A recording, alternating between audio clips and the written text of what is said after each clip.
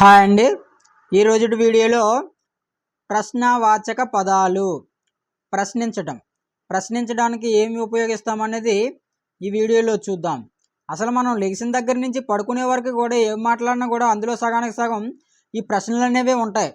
ఎదుటివారు మనల్ని అడిగినా లేదంటే మనం ఎవరిని అడిగినా సరే సగానికి సగం అనేవి ఈ ప్రశ్నలే కదా ఉంటాయి. ఈ ప్రశ్నవాచక పదాలు నేర్చుకొని వాటిపైన కొన్ని ఎగ్జామ్స్ నేర్చుకున్నారంటే మీకు ఖచ్చితంగా హిందీలో ఓ 25% అనేది వచ్చేసినట్టే.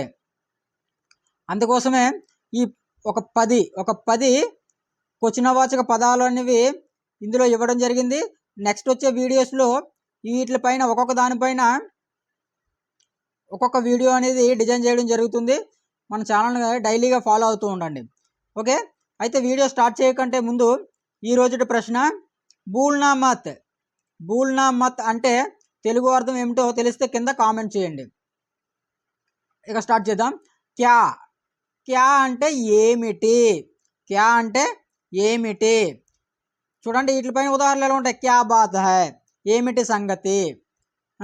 నెక్స్ట్ కైసా అంటే ఎలా. కైసా హై అంటే ఉన్నారు.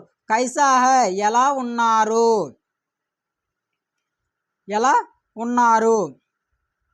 తర్వాత కహా అంటే ఎక్కడ. కహాపే అంటే కహాపే అన్నా కూడా ఎక్కడ అని అర్థం వస్తుంది. కహాపే వా ఎక్కడ జరిగింది. అలాగా వీటిపైన ప్రతిదానిపైన కూడా ఒక్కొక్క పదం పైన ఒక్కొక్క వీడియో చేద్దామండి. ఇప్పుడైతే ప్రస్తుతానికి ఇవి నేర్చుకోండి. కహాపే ఎక్కడ. కితనా అంటే ఎంత.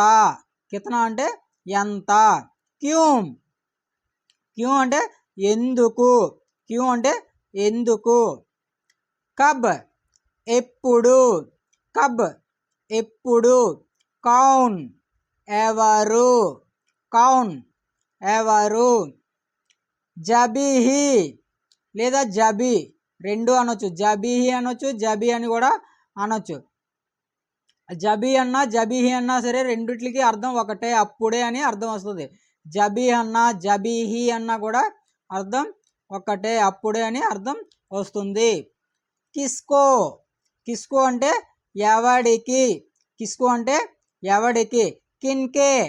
కిన్కే అంటే ఎవరికి, అంటే ఇది కొద్దిగా గౌరవంగా. కిన్కే ఎవరికి అని అర్థం వస్తుంది.